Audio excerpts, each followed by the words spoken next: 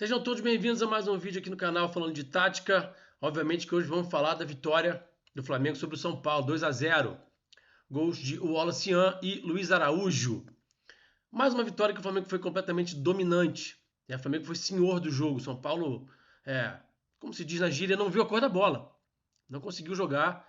O Flamengo foi um time completamente dominante. Bom, vamos começar do começo, né? Vamos começar com as formações e com as estratégias iniciais dos dois treinadores.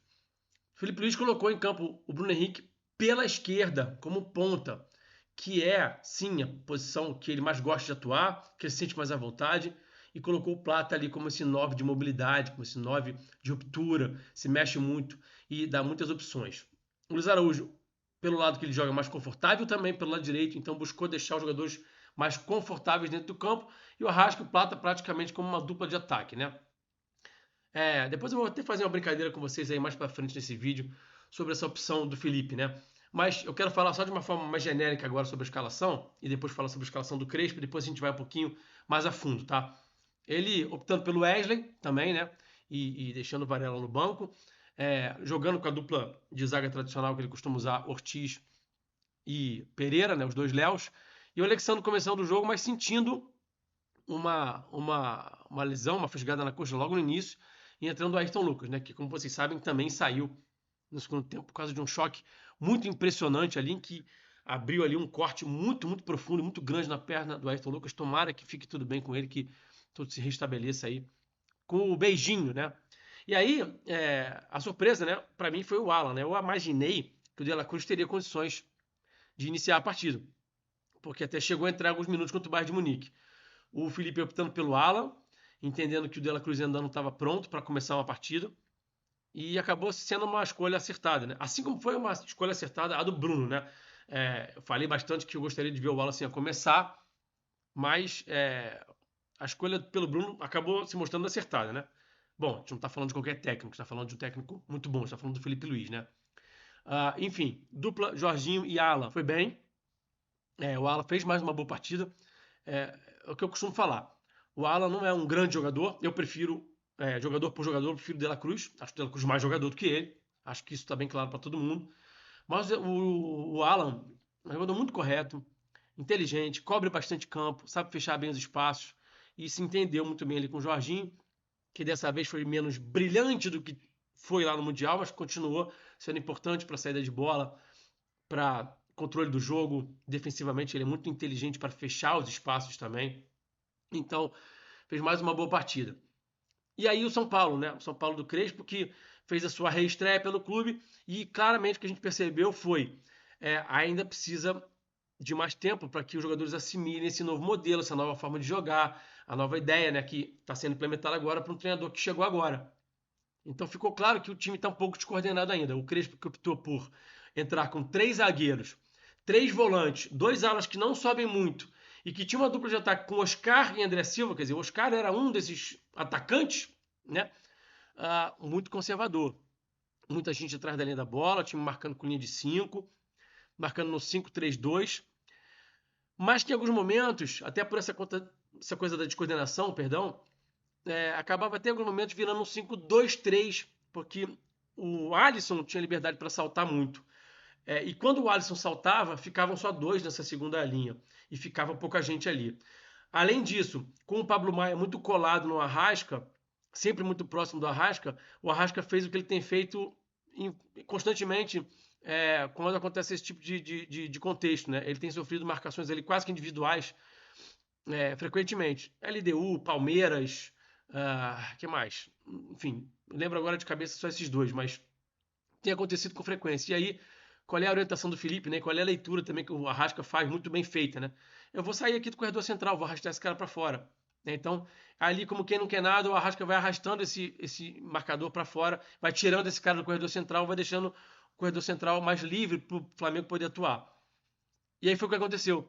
Então, quando você tem um 5-3-2 e que você tem um dos volantes que eventualmente salta, você deixa só 2 nessa segunda linha. E acontecia, em alguns momentos já aconteceu com o Alisson. E em outros contextos, você tem um desses volantes também que está perseguindo algum adversário mais de perto, e esse adversário faz esse movimento de te arrastar, você vai ficar ali com, não necessariamente à frente da área, mas ali do lado da frente da área, que a gente chama de meio espaço, né? bem onde saiu o gol do Luiz Araújo, ali naquela região, onde saiu a finalização também do Ortiz, que o Rafael fez uma grande defesa, que a bola bateu na trave. Então, o Flamengo encontrou a vantagem bem nesse setor ali, onde naturalmente já é um setor em que o time que marca 5-3-2, ele já pode deixar aquele setor vulnerável. Por quê? Porque já é uma linha de 3, já é uma linha mais curta. Naturalmente ela já é uma linha mais curta porque você só tem 3. Como é que você vai proteger na amplitude melhor, né? Com só 3? Fica difícil. Tem que balançar muito rápido. E vamos lá, os fatores, né? Descoordenação dos movimentos, o Pablo Maia sendo arrastado pelo Arrasca, alguns saltos do Alisson. E em alguns momentos ficava espaço ali na frente da área também, porque o time se defendia demais, era conservador. Então o Flamengo conseguia avançar, até porque o São Paulo recuava demais. E quando avançava, o Flamengo conseguia manipular bem a marcação do São Paulo. O Flamengo foi muito bem no jogo. Em relação ao bloco alto, a pressão pós-perda, mais uma vez muito bem. Mais uma vez muito, muito bem. A pressão alta mudou, o bloco alto mudou o seu encaixe. Ele tinha 3 caras que são muito velozes, que saltam pressão muito bem, que são muito intensos sem a bola. BH encaixava num zagueiro, o Plata no outro, dividia entre o zagueiro e o goleiro, e o Luiz Araújo no outro zagueiro. E aí o Arrascaeta encaixava no Pablo Maia. Então o Pablo Maia encaixava muito no Arrasca quando o Flamengo tinha bola, e o Arrasca fazia o contrário, especialmente em bloco alto.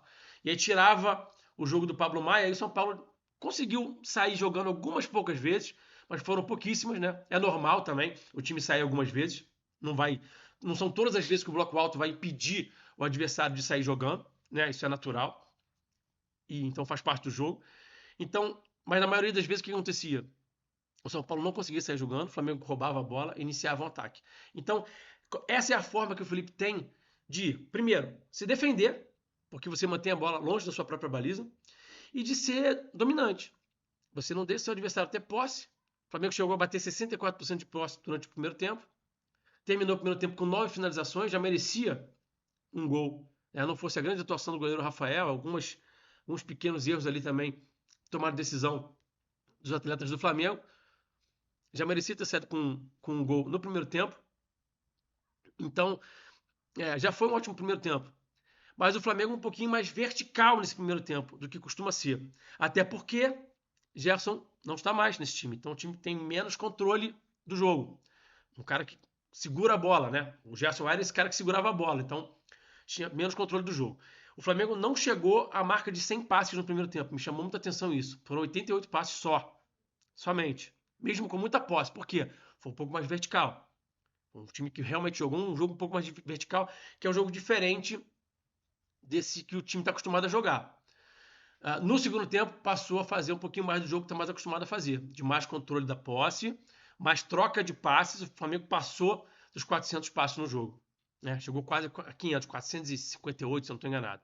O Flamengo foi um time que, no segundo tempo, foi ainda mais dominante, porque jogou mais ao seu estilo. Conseguiu se adaptar um pouquinho melhor à ausência do Gerson, conseguiu ser um time que controla mais a posse, mesmo ser aquele cara que era o cara que fazia o time ter mais a posse, que era o cara que ditava o ritmo e controlava para que o jogo fosse mais cadenciado. É natural que o time seja um pouco mais vertical em alguns momentos sem o Gerson, mas o curioso é que quando conseguiu cadenciar um pouquinho mais, mesmo sem o Gerson, foi quando o time foi mais dominante.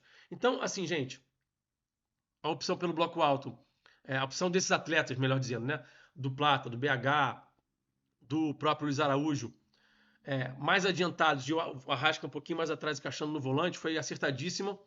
E aí uma brincadeira, do Luiz Henrique e do Felipe Luiz. Felipe Luiz Henrique. Luiz Henrique mostrando para o mundo que você não precisa ter grandes estrelas, você não precisa ter um 9 que seja um grande artilheiro para ter um grande time. Talvez o Felipe esteja se espelhando um pouco no Luiz Henrique. O Felipe já falou que é um treinador que se inspira em outros treinadores que ele acha que são muito bons. Já falou do Maresca, já falou nunca falou do De Zerbi, mas a gente sabe que ele se inspira muito do De Zerbi. Eu não me lembro dele falar claramente do De Zerbi. Já falou, obviamente, do Guardiola. Ele se inspira também no Hansi Flick. A gente vê ele se inspirar em algum desses caras aí, os principais nomes do futebol mundial. Especialmente aqueles que praticam o jogo de posição, E a gente está vendo que ele está também buscando essa ideia de ter um time muito móvel, sem um centroavante mais fixo. Foi assim que ele começou o trabalho dele no Flamengo. E ele aparenta se sentir mais confortável quando tem esse time mais móvel. E, gente, vamos combinar, o Pedro é um craque, o Pedro é um baita jogador, e essa situação do Pedro ainda vai se desenrolar pelos próximos dias, a gente ainda vai ver o que vai acontecer nos próximos dias, vamos entender o que vai acontecer, né? Vamos acompanhar aí as cenas dos próximos capítulos dessa novela. Ele é um cracaço, e sobre isso não resta nenhuma dúvida, mas a verdade é que tá dando certo essa ideia do Felipe, né? Ou não tá? O time só perdeu 4 jogos, um pro Bayern de Munique. Gente, o Flamengo passou mais um jogo, terminou mais um jogo sem sofrer gols. Né? São 4 gols sofridos em 12 jogos nesse Brasileirão, tá? Então, assim, tá dando certo. Tá dando certo. Né? E aí ele faz as mexidas já na reta final. O time estava funcionando tão bem, ele sabia que o time estava tão bem, que ele só foi mexendo na reta final. Até porque ele também teve a questão das 2 lesões, né? Então ele só tinha mais uma janela de mexida também. Mas assim, o time também estava funcionando muito bem. Ele não precisou nem se preocupar com isso. E aí faz as mexidas no final, entra o Wallace Ian e entra com a estrela de sempre. Aliás, estrela não. Vamos corrigir. O que vocês aí chamam de estrela, eu chamo de competência. Eu chamo de leitura. Saber onde estar sempre, saber se colocar. Não, tô brincando. Tem estrela também, tem uma coisa ali também dessa coisa da estrela, que é uma coisa meio inexplicável, que também faz parte do futebol, né? Mas ele se coloca muito bem. Ele está sempre muito bem colocado. Ele é muito inteligente para ler os espaços. Ele estava ali, pronto para se aproveitar de uma bola rebatida pelo Rafael. Foi lá e botou a bola para dentro. Esse garoto tem muito futuro, tá? Muito futuro. Sou fã desse garoto. Muito, muito bom jogador.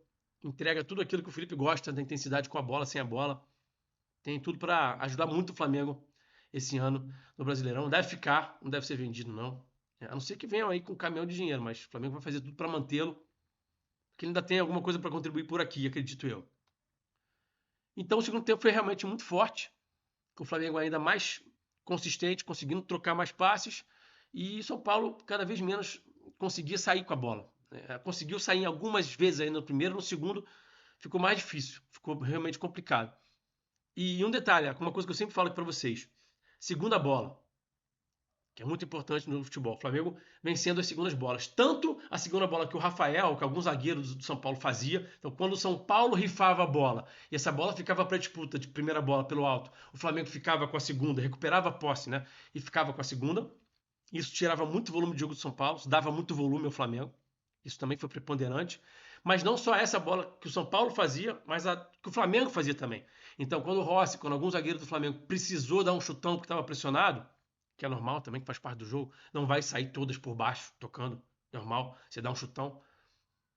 Todas as vezes que o Flamengo deu chutão, essa bola ficava em disputa e a segunda bola ficava com o Flamengo. Então o Flamengo mantinha a posse de bola depois de uma disputa ali, uma bola que ficava em disputa, né? Até essa estatística interessante da FIFA aí nesse Mundial de Clubes falando sobre bola em disputa, né? De fato, existe vários momentos do jogo que a posse não está com ninguém, né? E o Flamengo vencendo justamente esses momentos pós-disputas de bola, especialmente de primeira bola no alto, quando qualquer um dos dois times chutava uma bola, essa bola ficava em disputa, a segunda bola do Flamengo. Isso fez uma baita de uma diferença. Tá? O nosso Coringa Varela entrou em ação mais uma vez, jogou pela lateral esquerda, mais uma vez entrou bem. Que jogador que é o Varela, cara, que jogador. E o Felipe, mais uma vez, muito, muito bem, cara, muito, muito bem. Impressionante como esse time é consistente, impressionante como esse time não se abala com a dificuldade, segue o plano de jogo, perdeu um gol, perdeu outro, não está conseguindo botar a bola para dentro, fazer o jogo ficar tranquilo depois de marcar um gol, segue o plano, segue aquilo que está estipulado, porque uma hora a bola vai entrar, uma hora vai acontecer.